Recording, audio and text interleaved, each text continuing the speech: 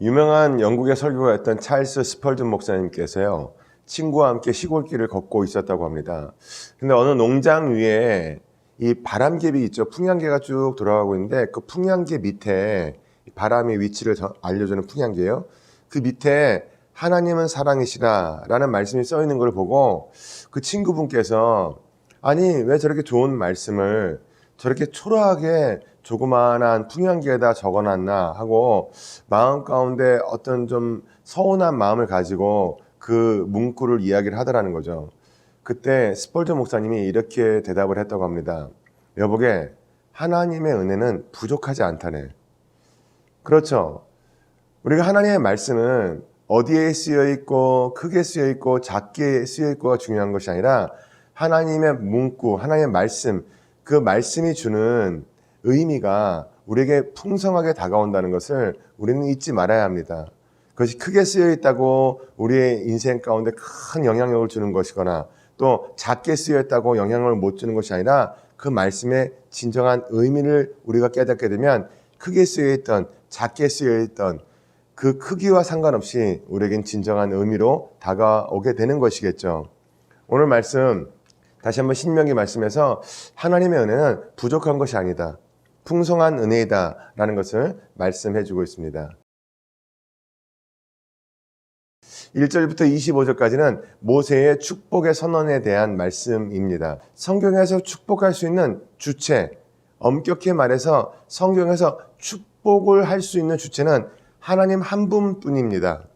인간이 축복하는 주체가 될 때 그 의미는 야훼 하나님께서 복을 내려주시도록 소원하고 기도하는 뜻으로 보아야 됩니다.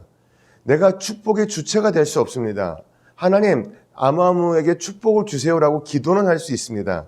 그러나 인간의 축복은 거기까지이지 내가 어떤 복의 주체가 돼서 그것을 선사할 수 있는 그런 자격은 인간에게는 없다는 것이죠.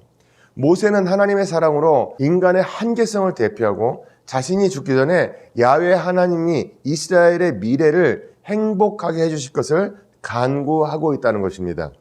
모세는 이스라엘 백성이 이 땅에서 필요한 생존, 가족, 안전, 물질적인 풍요, 질서, 예배, 말씀에 대한 교육, 행복에 관한 하나님께서 축복해 주시는 그 모든 것이 이스라엘에게 가득가득 임하기를 원했죠. 각 지파마다 사정이 다르고 축복의 내용은 다르지만 하나님의 축복으로 이스라엘 공동체가 미래의 행복을 누리기를 바라는 마음은 한결같은 모세의 마음이었습니다. 오늘 33장의 모세의 축복에서 볼 때 모세의 앞선 권면과 교훈과 책망은 심지어 저주까지도 결국은 모두 이스라엘의 행복을 위해서 이스라엘을 축복하기 위한 경고이었다는 것입니다. 잘 되기를 바라는 한결같은 마음에서 나온 그의 말씀이었다는 것이죠.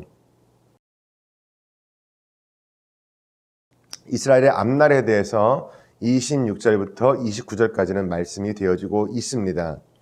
모세가 이스라엘의 각 지파를 축복한 총결산이 26절에 나오고 있습니다.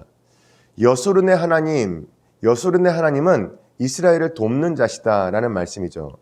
그 하나님은 하늘에서 구름을 타고 원수를 격퇴하는 분이시며 이스라엘의 대적을 앞서가며 물리치시고 이스라엘을 돕는 방패와 칼이 되신다라는 말씀입니다. 이제 이스라엘은 모세의 축복을 받고 계속되는 야훼 하나님의 임재와 보호, 인도하심과 함께 모세를 통해서 명하신 토라를, 그 율법을 가지고 약속의 땅에 들어갈 준비가 되었습니다.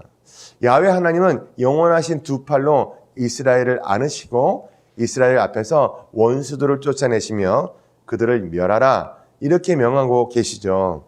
그래서 모세는 이스라엘을 행복자라고 이렇게 부르게 되었습니다. 오늘 말씀을 통해서 우리가 특별히 이해해야 되는 통찰력이 있습니다. 임종을 앞둔 모세가 약속의 땅에 들어갈 준비를 하는 이스라엘 백성들을 위해서 드린 이 축복의 기도의 핵심적인 메시지는요, 바로 이스라엘의 미래의 행복과 안전은 어떤 지도자나 사람의 손에 달려있는 것이 아니라 천지만물을 창조하시고 세계의 역사를 홀로 주관하시는 야훼 하나님의 손에 전적으로 달려있다는 것을 나타내 주는 것이겠죠. 하나님의 백성은 하나님을 의지하고 하나님께만 소망을 두어야 된다는 것을 모세가 다시 한번 강조해주고 있습니다. 이 놀라운 통찰력을 우리들도 다시 한번 되새김으로 인하여서 축복의 근원을 사람을 바라보는 것이 아니라 오직 하나님을 바라보는 그 마음 한 마음으로만 맞추심으로 인해서 축복의 근원은 하나님이시다라는 그 마음을 가지시고요. 하나님께 많은 축복을 받아 누리실 수 있는 그 길을 걸어갈 수 있기 위해서 하나님이 명하신 삶을 살아갈 수 있게 되기를 바랍니다. 참고사항을 말씀드리겠습니다. 내가 그들의 높은 곳을 밟으리로다. 26절에 그런 말씀이 있죠. 여기서 높은 곳으로 번역된 히브리어는요, 바모트라고 하는 말인데요. 가나안의 향토 제단으로서 구약에서는요, 보통 산당으로 해석한 용어입니다. 따라서 이 가나안의 우상 제단들을 파괴한다는 뜻으로 볼 수가 있습니다. 인간은 약속을 어기고 또 어길 수 있지만 하나님께서는 복 주시기로 한 하나님의 약속을 신실하게 변함없이 지키시죠. 오늘도 나의 구원을 위해서 변함없이 일하시는 하나님의 은혜에 감사하며 기도할 수 있는 마음을 가지실 수 있게 되기를 바랍니다. 핵심 구절 다 함께 봉독하겠습니다. 이스라엘이여 너는 행복한 사람이로다. 야훼의 구원을 너같이 얻은 백성이 누구냐? 그는 너를 돕는 방패시요 내 영광의 칼이시로다. 내 대적이 내게 복종하리니 내가 그들의 높은 곳을 밟으리로다. 신명기 33장 29절의 말씀이었습니다. 성도 여러분, 하나님의 은혜는요, 부족하지 않습니다. 하나님이 주신 축복은 부족하지 않습니다.